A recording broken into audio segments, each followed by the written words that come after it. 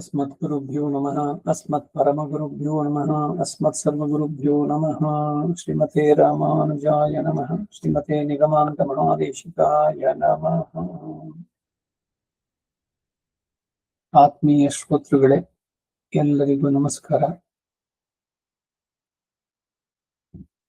ಇದೊಂದು ಶ್ರವಣ ಮಾಲಿಕೆ, audio presentation. ಉದ್ದೇಶ ಏನು ಅಂದ್ರೆ, ಅನೇಕರು ಅನೇಕ ಬಗೆಯಾಗಿ ಪ್ರಶ್ನೆಗಳು ಇದೆಲ್ಲ ಕೇಳಿದ್ರು.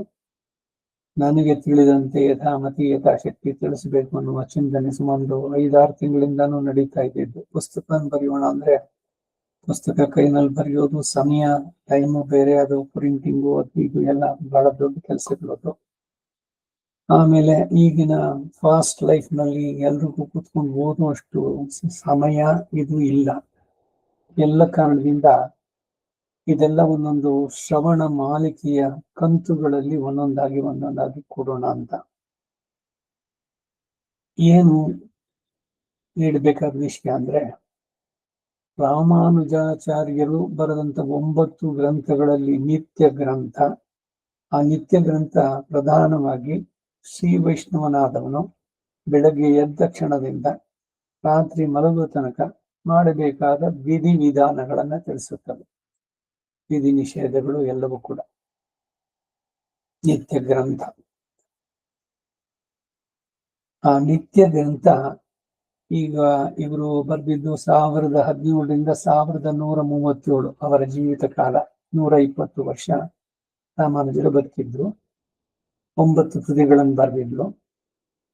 ಅದು ಅಂದ್ರೆ ಶ್ರೀ ಭಾಷ್ಯ, ಶ್ರೀಮದ್ಗೀತಾ ಭಾಷ್ಯ, ವೇದಾಂತ ದೀಪ, ವೇದಾರ್ಥ ಸಂಗ್ರಹ, ವೇದಾಂತ ಸಾರ, ಶರಣಾಗತಿ ಗದ್ಯ, ವೈಕುಂಠ ಗದ್ಯ, ಶ್ರೀರಂಗ ಗದ್ಯ ಹಾಗೂ ನಿತ್ಯ ಗ್ರಂಥ. ಈ ನಿತ್ಯ ಗ್ರಂಥ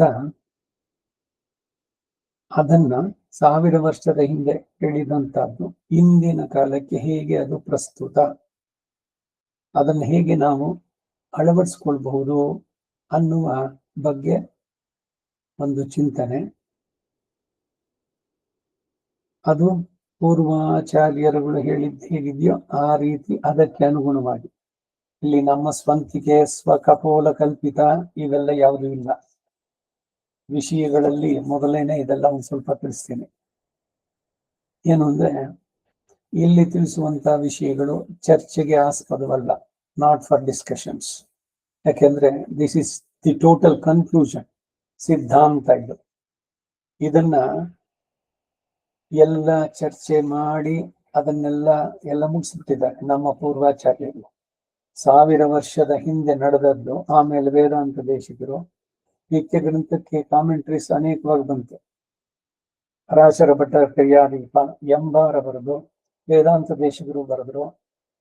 ಆಮೇಲೆ ಗೋಪಾಲ ದೇಶಿಕ ಆನ್ಯಿಕ, ಈ ಆನ್ಯಿಕ ಗ್ರಂಥಗಳು ಅನೇಕವಾಗಿ ಬಂದವು. ಕಾರಿಕೆಗಳು, ವೈಷ್ಣದೇವ ಕಾರಿಕೆ, ಹೀಗೆ ನಿತ್ಯ ಗ್ರಂಥಕ್ಕೆ ಬಂದಂತಹದ್ದು ಅನೇಕ. ಅದು ಆಯಾಯ ಕಾಲಕ್ಕೆ ಹೇಗೆ ಅನ್ವಯ ಅನ್ನೋದನ್ನೆಲ್ಲ ಮಾಡಿ ಅವರು ತಿಳಿಸೋದು. ಸೊ ಈ ವಿಷಯ ಒಳಗೆ ಏನಾದರೂ ಸಂದೇಹ ಅಥವಾ ಮಾಹಿತಿ ಬೇಕಾದವರು ನೀವು ನನಗೆ ಫೋನ್ ಮಾಡೋದು ಬೇಡ, ದಯವಿಟ್ಟು ವಾಟ್ಸಪ್ನಲ್ಲಿ ನಿಮ್ಮ ಮೆಸೇಜು ಸಂದೇಹ ಏನಿದೆಯೋ ಅದನ್ನು ಕಳಿಸಿ. ನಾನು ಯಥಾಶ್ರುತ ನನ್ನ ಆಚಾರ್ಯರು ವೇದಾಂತ ವಿದ್ವಾನ್ ಅನಂತರಂಗಾಚಾರ್ಯ, ವರದರಾಜ ತಿರುಮಲೆ, ರಂಗಪ್ರಿಯ ಸ್ವಾಮಿಗಳು, ಇವರೆಲ್ಲರಿಂದನೂ ನಾನೇನು ಕಲ್ತಿದ್ನೋ ಅದರಂತೆ ಉತ್ತರವನ್ನ ಅಲ್ಲಿ ತಿಳಿಸ್ತಾ ಬರ್ತೀನಿ ಸಂದೇಹಗಳಿಗೆ.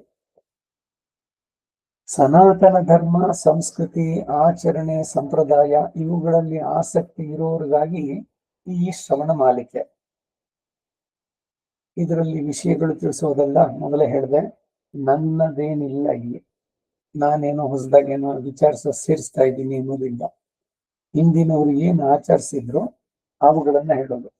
ಇಲ್ಲಿ ಹೇಳುವ ವಿಷಯಗಳು ವೇದದ ಆಧಾರದ ಮೇಲೆ ದೃಢವಾಗಿ ನಿರ್ಧರಿಸಲ್ಪಟ್ಟಂತೆ. ಇಲ್ಲಿ ಕುತರ್ಕ ವಿತಂಡವಾದಗಳಿಗೆ ಅವಕಾಶ ಇಲ್ಲ. ತತ್ವಜ್ಞಾನಾರ್ಥಿಯಾದ ಶಿಷ್ಯನಿಗೆ ಗುರುವಿನ ಆದೇಶ ತೈತರಿ ಉಪನಿಷತ್ತಿನಲ್ಲಿ ಏಕಾದಶ ಅನುವಾಕ. ಅದರಲ್ಲಿ ಏನಿದೆ ಅಂದ್ರೆ, ये तत्र ब्राह्मणाः सम्मर्षिणः युक्ता आयुक्ताः अलूक्षा धर्मकामाः स्युः यथा ते तत्र वर्तेरन् तथा तत्र वर्तेताः अथाभ्याख्यातेषु ये तत्र ब्राह्मणाः सम्मर्षिणः युक्ता आयुक्ताः अलूक्षा धर्मकामाः स्युः यथा ते तेषु वर्तेरन् तथा तेषु वर्तेताः एष आदेशः एष उपदेशः एष वेदोपनिषत् एतदनुशासनम् एवमुपासितव्यम् ಏವಮುಚೈತದುಪಾಸ್ಯಂ ಅಂತ. ಗುರುವಾದವನು ಶಿಷ್ಯನಿಗೆ ಹೇಳ್ತಾ ಇದ್ದಾನೆ, ಏ ಬ್ರಾಹ್ಮಣ ಸಂಮರ್ಶಿನಃ, ಯಾವ ಬ್ರಾಹ್ಮಣರು ಸಮರ್ಥರಾದ ವಿಮರ್ಶಕರು, ಕರ್ಮಾನುಷ್ಠಾನದಲ್ಲಿ ನಿರತರು, ಲೋಕ ವ್ಯವಹಾರ ಕುಶಲರು, ಕ್ರೋಧ ಲೋಭಾದಿಗಳೆಲ್ಲದವರು, ಧರ್ಮದಲ್ಲಿ ಆಸಕ್ತಿ ಉಳ್ಳವರು ಆಗಿರ್ತಾರೋ ಅವರು ಆ ವಿಷಯದಲ್ಲಿ ಹೇಗೆ ನಡೆದುಕೊಳ್ತಾರೋ ಹಾಗೆ ಆ ವಿಷಯದಲ್ಲಿ ನಡೆದುಕೊಳ್ಳಬೇಕು. ಮತ್ತು ದೋಷವುಳ್ಳವನು ಎಂಬ ಸಂದೇಹಕ್ಕೆ ಆಸ್ಪದವಾದ ವ್ಯಕ್ತಿಯ ವಿಷಯದಲ್ಲಿ ಅಲ್ಲಿ ಯಾವ ವಿಮರ್ಶನ ಸಮರ್ಥರಾದಂತಹ ಕ್ರೋಧ ಲೋಭಾದಿ ರಹಿತರಾದ ಧರ್ಮಾಸಕ್ತರಾದ ಬ್ರಾಹ್ಮಣರು ಇರುವುದಾರೋ ಅವರು ಅಂತಹ ವ್ಯಕ್ತಿಗಳಲ್ಲಿ ಹೇಗೆ ನಡೆದುಕೊಳ್ತಾರೋ ಹಾಗೆಯೇ ಅಂತಹ ವ್ಯಕ್ತಿಗಳ ವಿಷಯದಲ್ಲಿ ನಡೆಯಬೇಕು. ಇದು ಆದೇಶ, ರಾಜಾಜ್ಞೆಯಂತೆ. ಇದು ಉಪದೇಶ, ತಂದೆಯು ಮಗನಿಗೆ ಮಾಡುವ ಉಪದೇಶದಂತೆ. ಇದು ವೇದದ ರಹಸ್ಯೋಪದೇಶ. ಇದು ಶಿಷ್ಯನು ಮಾಡಬೇಕಾದ ಕರ್ತವ್ಯದ ಉಪದೇಶ. ಹೀಗೆ ಉಪಾಸನೆ ಮಾಡಬೇಕು, ಹೀಗೆಯೇ ಇದು ಆಚರಿಸಲ್ಪಡಬೇಕು ಅಂತ. ಭಗವದ್ಗೀತೆಯಲ್ಲಿ ಕೃಷ್ಣ ಯದ್ಯದಾಚರತಿ ಶ್ರೇಷ್ಠಃ ತತ್ತದೇವೇತರೋ ಜನಾಃ ಸಯತ್ ಪ್ರಮಾಣಂ ಕುರುತೆ ಲೋಕಃ ತದನುವರ್ತತೆ ಅಂತ. ತದ್ವಿದ್ಧಿ ಪ್ರಣಿಪಾತೇನ ಪರಿಪ್ರಶ್ನೇನ ಸೇವಯಾ ಉಪದೇಕ್ಷ್ಣಂತಿ ತೇ ಜ್ಞಾನಂ ಜ್ಞಾನಿನಃ ತತ್ವದರ್ಶಿನಃ. ನಮ್ಮ ಬಾಳು ಚೆನ್ನಾಗಾಗಬೇಕು, ಚೆನ್ನಾಗಿ ನಾವು ಬಾಳಬೇಕು. ಇದರ ಜೊತೆಗೆ ಬಾಳಿನ ಸಾರ್ಥಕತೆಯನ್ನು ಪಡೆಯಬೇಕು. ಮನುಷ್ಯ ಜನ್ಮದ ಸಾರ್ಥಕತೆ ಏನು ಅದನ್ನ ತಿಳಿಸುವುದಕ್ಕಾಗಿ ಬೆಳಗ್ಗೆ ಎದ್ದ ಕ್ಷಣದಿಂದ ರಾತ್ರಿಯ ತನಕ ನಾವು ನಡೆಸಬೇಕಾದಂತಹ ವಿಧಿ ವಿಧಾನಗಳು, ಯಾವುದನ್ನು ಮಾಡಬಾರದು, ಯಾವುದನ್ನು ಮಾಡಬೇಕು, ಯಾವುದು ಯುಕ್ತವಾದದ್ದು, ಯಾವುದು ಅಯುಕ್ತವಾದದ್ದು, ಇವುಗಳ ಚಿಂತನೆಯೆಲ್ಲ ನಡೆದು ಸಿದ್ಧಾಂತವಾಗಿ ಸಿದ್ಧಾಂತೀಕರಿಸಿದ್ದಾರೆ ನಿತ್ಯ ಗ್ರಂಥದಲ್ಲಿ. ಆ ನಿತ್ಯ ಗ್ರಂಥವನ್ನ ಆಧರಿಸಿಯೇ ಬಂದಂತ ಗ್ರಂಥಗಳು ಅನೇಕ, ಒಂದೆರಡಲ್ಲ.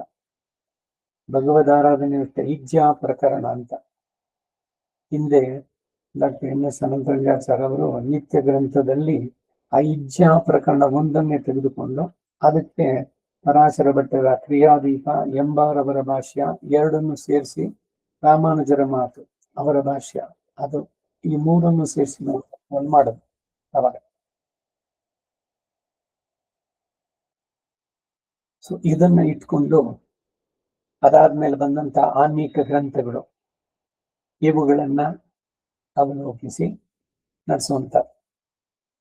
ಈಗ ಆಚಾರ್ಯ ಅಂತಂದ್ರೆ ಅಚಿನೋತಿ ಶಾಸ್ತ್ರಾರ್ಥಾನ ಆಚಾರ್ಯ ಸ್ಥಾಪಯಿಷ್ಯತಿ ಸ್ವಯಂ ಆಚರತೆ ಯಸ್ಯ ಸಹ ಆಚಾರ್ಯ ಅಂತ. ಆಚಾರ್ಯ ಅನ್ನೋ ಪದಕ್ಕೆ ಶಾಸ್ತ್ರಗಳನ್ನ ಸರಿಯಾಗಿ ಯಥಾರ್ಥ ಜ್ಞಾನ, ಅದು ಅಜ್ಞಾನ ಅಲ್ಲ, ವಿಪರೀತ ಜ್ಞಾನ ಅಲ್ಲ, ಅಲ್ಪಜ್ಞಾನ ಅಲ್ಲ, ಏನಿದೆಯೋ ಹಾಗೆ ಅದೇ ರೀತಿ ಕರೆಕ್ಟ್ ಆಗಿ ತಿಳಿದಿರುವಂತ ಯಥಾರ್ಥವಾಗಿ ಅದನ್ನ ತಾವು ಅರ್ಥ ಮಾಡಿಕೊಂಡು ಈ ರೀತಿ ನಡೆಸಬೇಕು ಅಂತ ಅಂದ್ಬಿಟ್ಟು ಬರೆದಂತದ್ದೇ ಈ ಅನೇಕ ಗ್ರಂಥಗಳು. ಜೊತೆಗೆ ತಾವು ಆಚರಿಸಿ ತೋರಿಸಿದ್ದು ಇದನ್ನೇ ಶಿಷ್ಟಾಚಾರ ಅಂತ ಹೇಳ್ತಾರೆ. ಹಿರಿಯರು ಮಾಡಿದ್ದನ್ನ ನಾವು ಕೇಳಿ ಮಾಡಿ ಆಮೇಲೆ ಅದನ್ನ ಆಚರಿಸುವಂಥದ್ದು. ಕೆಲವಂ ಬಲ್ಲವರಿಂದ ಕಲಿತು ಕೆಲವಂ ಸುಜ್ಞಾನದೆಂ ನೋಡುತ್ತಂ ಕೆಲವಂ ಮಾಳ್ಪವರಿಂದ ಕಂಡು. ಶ್ರೀ ಸೋಮೇಶ್ವರ ಶತಕದಲ್ಲಿದೆ ಅಂತಾನೆ, ಫಲವನ್ ಪಳ್ಳ ಸಮುದ್ರವೈ ಹರಹರ ಶ್ರೀ ಚನ್ನ ಸೋಮೇಶ್ವರ ಅಂತ. ಜ್ಞಾನವನ್ನ ಸಂಗ್ರಹಿಸಬೇಕಾದ್ರೆ ಹೀಗೆ ಕೆಲವರು ಮಾಡೋದ್ರಿಂದ, ಕೆಲವರು ಇದರಿಂದ, ಉಪದೇಶದಿಂದ, ವಿಶೇಷವಾಗಿ ಗುರುವಿನ ಕೃಪೆ ಬಹಳ ಬಹಳ ಮುಖ್ಯವಾಗಬೇಕು. ಗುರು ಉಪದೇಶದಿಂದಲೇ ಅಧ್ಯಾತ್ಮದ ಸಾಧನೆ, ತತ್ವ ಸಾಧನೆ ಇವುಗಳನ್ನ ಪಡೆಯಬೇಕಾದದ್ದು. ಗುರುವಿನ ಗುಲಾಮನಾಗುವ ತನಕ ದೊರೆಯದಣ್ಣ ಮುಕ್ತಿ ಎಂದು. ಶ್ರೋತ್ರಿಯಂ ಬ್ರಹ್ಮನಿಷ್ಠಂ ಗುರುಮೇವ ಅಭಿಗಚ್ಚೇತೆ. ಉಪನಿಷತ್ತಿನಲ್ಲಿ ಬಹಳವಾಗಿ ಈ ಮಾತು ಗುರುವಿನ ಇಂಪಾರ್ಟೆನ್ಸ್ ಅನ್ನು ತಿಳಿತಾ ಬರುತ್ತೆ. ಈಗಿನ ಜನರೇಷನ್ಗೆ ಏನು ಅಂದ್ರೆ, ಏನಿದ್ರು ಗೂಗಲ್ ಇದೆ, ವಿಕಿಪೀಡಿಯಾ ಇದೆ, ಇವೆಲ್ಲ ನಮ್ಮ ಆಚರಣೆಗಳನ್ನೆಲ್ಲ ತಿಳಿಸೋಕ್ ಸಾಧ್ಯವೇನು? ನಮಗೆ ಮೇಧಾಶಕ್ತಿ, ಇಂಟೆಲಿಜೆನ್ಸ್ ಜಾಸ್ತಿ ಇದೆ, ಯಾರನ್ನೇನ್ ಕೇಳಬೇಕು, ಈ ಆಟಿಟ್ಯೂಡ್ ಯಂಗ್ಸ್ಟರ್ಸ್ ನಲ್ಲಿ ಇರುವಂತಹದ್ದು. ಏನು ಅಂದ್ರೆ ದಾರಿ ತಪ್ತಾರಷ್ಟೇ.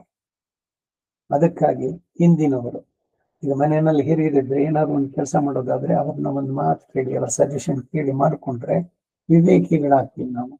ಅವರ ಅನುಭವದ ಸಾರ ನಮಗಾಗುತ್ತೆ. ನಾವು ಮತ್ತೆ ಅದು ಅವ್ರಿಗೇನೇನು ಇದನ್ನ ಮಾಡಿ, ತಪ್ಪು ಮಾಡಿ ಅದರಿಂದ ಏನೇನು ಮಾಡ್ಕೊಂಡ್ರೋ ಅದನ್ನೆಲ್ಲ ನಾವು ಮತ್ತೆ ಮತ್ತೆ ಅನುಸರಿಸಬೇಕಾಗುತ್ತೆ. ವಿವೇಕಿಯಾದವನು ಅದಕ್ಕಾಗಿ ಇನ್ನೊಬ್ಬರ ಅನುಭವವನ್ನು ತನ್ನದಾಗಿಸಿಕೊಂಡರೆ ಅವನು ಬಹಳ ಸುಗಮವಾಗುತ್ತೆ.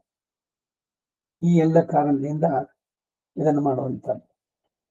ಈಗ ಒಂದು ದಿನವನ್ನ 5 ಕಾಲಗಳಾಗಿ ಮಾಡಿ ರಾಮಾನುಜರು ಅಭಿಗಮನ, ಉಪಾದಾನ, ಯಜ್ಞ, ಸ್ವಾಧ್ಯಾಯ, ಯೋಗ ಅಂತ ಮಾಡುದು. ಅಭಿಗಮನ ಕಾಲ ಏನು ಅಭಿಗಮನದಲ್ಲಿ ಅಂದ್ರೆ ಬ್ರಾಹ್ಮಿ ಮುಹೂರ್ತೆ ಕರ್ತವ್ಯ. ಇದು ಒಂದೊಂದೇ ಮುಂದಕ್ಕೆ ಶುರುವಾಗಿದೆ.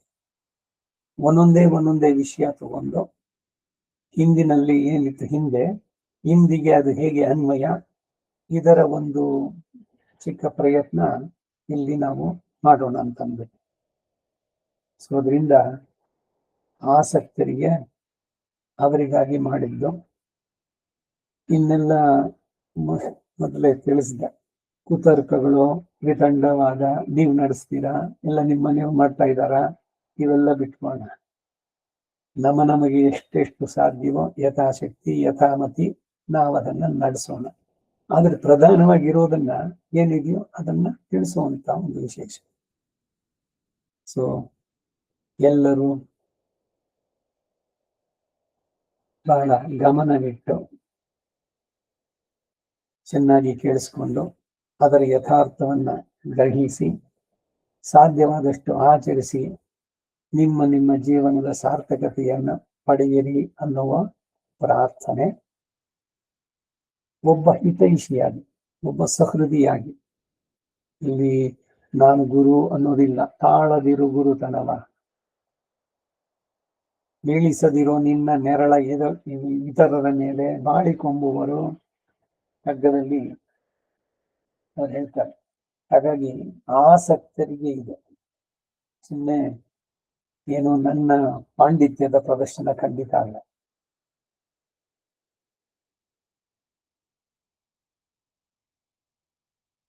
ಹಳೆಯ ಭಕ್ತಿ ಶ್ರದ್ಧೆ ಅಳಿಸಿ ಹೋಗಿದೆ ಮಾಸಿ, ಸುಳಿದಿಲ್ಲ ಮಾವ ಹೊಸ ದರ್ಶನದ ಹೊಳಪು, ಒಳಗಿದ್ದ ಮನೆ ಬಿದ್ದ ಕುಂಟ ಕುರುಡನ ತೆರೆದಿ ತಳಮಳಿಸುತ್ತಿದೆ ಲೋಕ ಮಂಕುತಿಮ್ಮ ಅಂತಂದ್ರು. ಸಮಾಜದ ಸ್ಥಿತಿ ಹೆಂಗಿದೆ ಅನ್ನೋದರ ವರ್ಣನೆ ಬಹಳ ಸುಂದರವಾಗಿದೆ. ಒಬ್ಬ ಕುಂಟ, ಅವನು ಕುರುಡ, ಅವನ ಮನೆ ಅವನಿಗೆ ಗೊತ್ತಿತ್ತು. ಗೋಡೆ ಹಿಡ್ಕೊಂಡು ಹಿಂಗೆ ಹೋದ್ರೆ ಇಲ್ಲಿ ಬಾತ್ರೂಮ್ ಇದೆ, ಇಲ್ಲಿ ಕಿಚನ್ ಇದೆ, ಇಲ್ಲಿ ಅಲ್ಲ ಅವನು ಮಲಗೋಕೆ ಜಾಗ ಅಂತೆಲ್ಲ. ಆ ಮನೆ ಬಿದ್ದೋಗಿದೆ. ಅವನ ಸ್ಥಿತಿ ಏನಾಗಿದೆ ಈಗ? ಹಳೆ ಧರ್ಮ ಸತ್ತಿಹುದು, ಹೊಸ ಧರ್ಮ ಹುಟ್ಟಿಲ್ಲ, ಒಳಗಿದ್ದ ಮನೆ ಬಿದ್ದ ಕುಂಟ ಕುರುಡನ್ನು ತೆರವಿ ತಳಮಳಿಸುತ್ತಿದೆ. ರಾಮಾನುಜ ಹೇಳ್ತಾರೆ, ಮನೆ ಬಿದ್ದೋಗಿಲ್ಲ, ಇದೆ.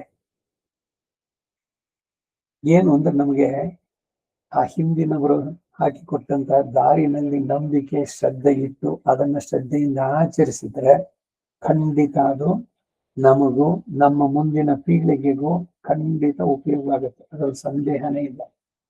ಇದೆಲ್ಲ ಟೈಮ್ ಟೆಸ್ಟೆಡ್. ಯಾವುದೋ ಕಾಲದಲ್ಲಿ ಬರೆದ್ರು ರಾಮಾನುಜರು ಅಥವಾ ವೇದಾಂತೇಶಿಕರು, ಅವ್ರು ಬರ್ದಿದ್ದು ಯಾವಾಗ 15th century ಅವರು. ಈಗಿನ ಹೊಸದಕ್ಕೆ ಬೇಡವಾ, ನಾವು ಯೋಚನೆ ಮಾಡೋದು ಬೇಡವಾ? ಇದೆಲ್ಲ ಹುಚ್ಚುತನಗಳಾಗತ್ತೆ.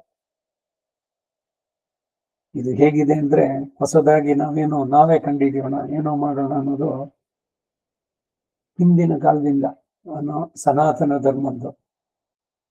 ಏನು ಕೃಷ್ಣನ ಕಾಲದಿಂದನು ಹಾಲನ್ನ ಕಾಯಿಸಿ ಹೆಪ್ಪಾಕಿ ಮೊಸರು ಮಾಡಿ ಬೆಣ್ಣೆ ತೆಗೆದು ಬೆಣ್ಣೆಯನ್ನು ಹದವಾಗಿ ಕಾಯಿಸಿ ತುಪ್ಪವನ್ನ ಮಾಡಿಕೊಟ್ಟಿದ್ದಾರೆ. ಹಾಗೆ ನಮ್ಮ ಜೀವನದ ರೀತಿ ಹೇಗಿರಬೇಕು ಅನ್ನೋದನ್ನ ಕೆಲವೆಲ್ಲ ಶಾಶ್ವತವಾದ ಸುದ್ದಿಗಳು. ಅದು ಬಿಟ್ಬಿಟ್ಟು ಇದೆಲ್ಲ ಓಲ್ಡ್ ಫ್ಯಾಷನ್ ಅಥವಾ ಹಿಂದಿಂದಾಯ್ತು, ನಾನು ಇದಕ್ಕೆ ಏನಾರು ಮಾಡ್ತೀನಿ ಅಂತ ಹೇಳಿ ಒಬ್ಬ ಮೇಧಾವಿ ತುಪ್ಪಕ್ಕೆ ಹೆಪ್ಪಾಕದಂತೆ ನಾನು ಹೊಸದಾಗಿ ಏನೋ ಕಂಡಿಡ್ತೀನಿ ಅಂತ. ತುಪ್ಪಕ್ಕೆ ಹೆಪ್ಪಾಕಿದ್ರೆ ಬೆಪ್ಪನಾಗ್ತಾನಷ್ಟೆ. ತುಪ್ಪ ಸಿದ್ಧವಾದಂತಹದ್ದು, ಅದನ್ನು ತಗೊಂಡು ಆಸ್ವಾದಿಸ್ಬೇಕಷ್ಟೆ. ಮೊದಲಿನ ಪ್ರೊಸೀಜರ್ ಎಲ್ಲ ಅವ್ರು ಮಾಡಿ ಮುಗಿಸಿದ್ದಾರೆ. ಇದಕ್ಕೆ ನಾವು ಹಿಂದಿನವರಿಗೆ ಕೃತಜ್ಞರಾಗಿರ್ಬೇಕು, ಚಿರಋಣಿಗಳಾಗಿರ್ಬೇಕು. ನಮ್ಮ ಬಾಳು ಬಹಳ ಸುಂದರವಾಗಿ ರೂಪಿಸ್ಕೊಳ್ಳೋದಕ್ಕಾಗಬೇಕು. ಅದಕ್ಕೆ ನಮಗೆ ಮನಸ್ಸಿರಬೇಕು ಮುಖ್ಯವಾಗಿ.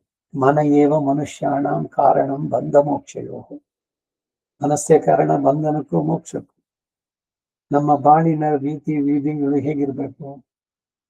ಇವತ್ತು ಹಣ ಒಂದೇ ಪ್ರಧಾನವಾಗಿದೆ. ಹಣ ಸಂಪಾದನೆ ಅನ್ನೋದೆಂದೇ. ಹಣ ಕೂಡ ಬೇಕು, ಬೇಡ ಅಂತಲ್ಲ, ಅದಕ್ಕೆ ಒಂದು ಲಿಮಿಟ್ ಇದೆ. ಇದು ಬಿಟ್ಟು ಬೇರೆ ಬಾಳೆ ಇಲ್ಲವೇ?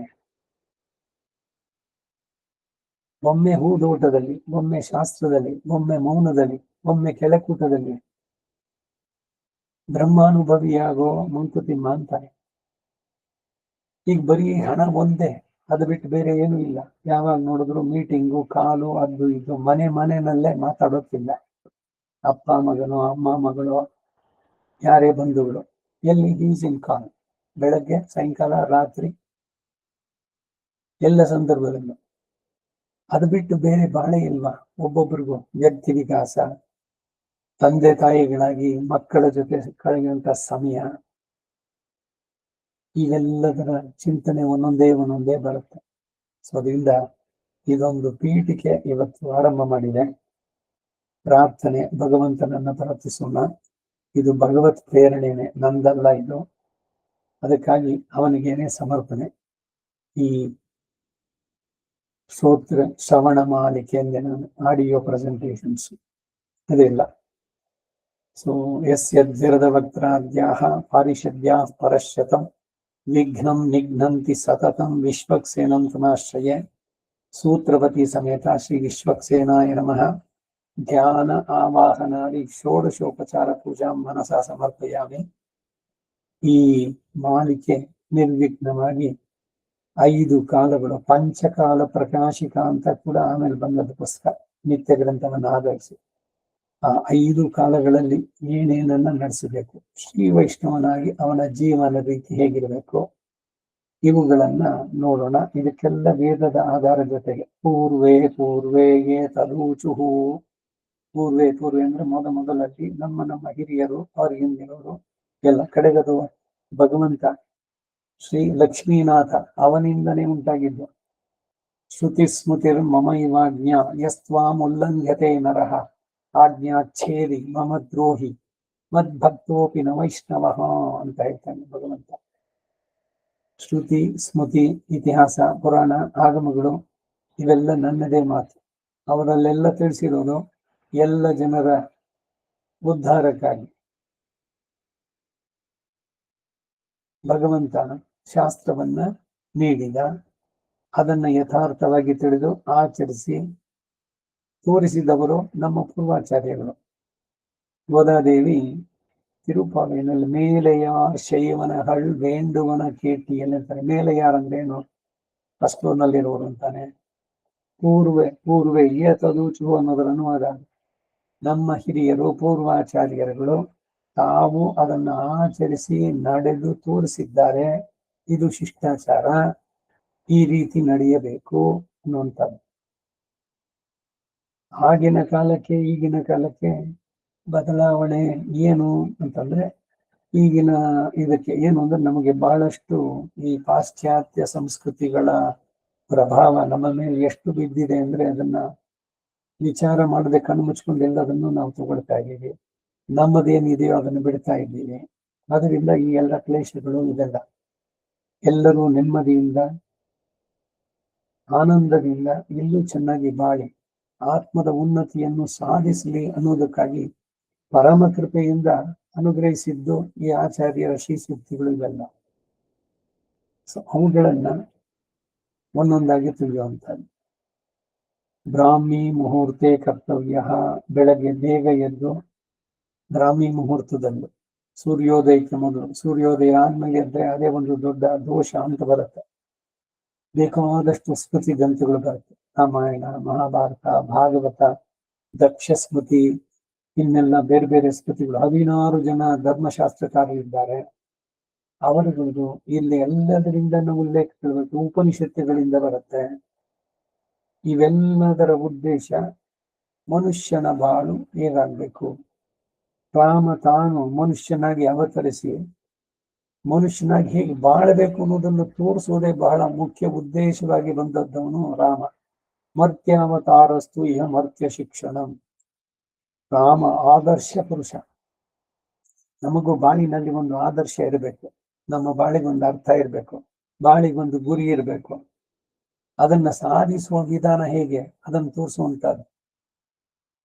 ಹಾಗಾಗಿ ರಾಮನನ್ನ ನಾವು ಅನುಕರಿಸಿದ್ರೆ ನಾವು ರಾಮನಾಗಬಹುದು. ಅಂದ್ರೆ ಈ ಎಲ್ಲ ಕ್ಲೇಶಗಳಿಂದ ಬಿಡಿಸ್ಕೊಂಡು ನಮ್ಮ ಪ್ರಕಾರ ಏನು ಭಗವಂತನಿಗೆ ನಿತ್ಯ ಕೈಂಕರ್ಯ ಅದನ್ನ ನಡೆಸುವ ಯೋಗ್ಯತೆಯನ್ನ ನಾವು ಪಡೆಯಬಹುದು.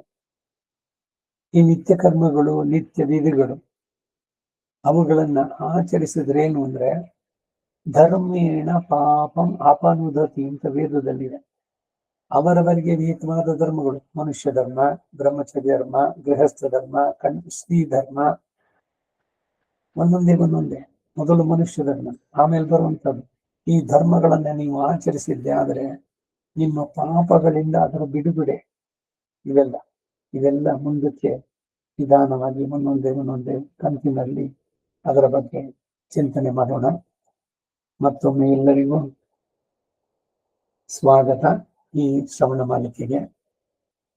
ಭಗವಂತನಿಗೆ ಇದು ಸಮರ್ಪಣೆ. ಭಗವಾನೇವ ಸ್ವನೀಯಾಮ್ಯ ಸ್ವರೂಪ ಸ್ಥಿತಿ ಪ್ರವೃತ್ತಿ ಸ್ವಶೇಷತೈಕರಸೇನ ಅನೇನಾತ್ಮನ ಸ್ವಕೀಯಶ್ಚ ದೇಹೇಂದ್ರಿಯಾಂತಃಕರಣೈಃ ಸ್ವಕೀಯ ಕಲ್ಯಾಣತಮದ್ರವ್ಯಮಯಾನ್ ಔಪಚಾರಿಕ ಸಾಂಸ್ಪರ್ಶಿಕ ಸಾಂದೃಷ್ಟಿಕಾನ್ ವ್ಯವಹಾರಿಕಾದಿ ಸಮಸ್ತ ಭೋಗಾನ್ ಅತ್ಯಂತ ಭಕ್ತಿಕೃತಾನ್ ಅತಿ ಪ್ರಿಯತಮಾನ್ ಅತಿ ಸಮಗ್ರಾನ್ ಅತ್ಯಂತ ಭಕ್ತಿಕೃತಾನ್ ಅಖಿಲ ಪರಿಜನ ಪರಿಚ್ಛದಾನ್ವಿತಾಯ ಸ್ವಸ್ಮೈ ಸ್ವಪ್ರೀತಯೇ ಸ್ವಯಮೇವ ಪ್ರತಿಪಾದಯತಿ.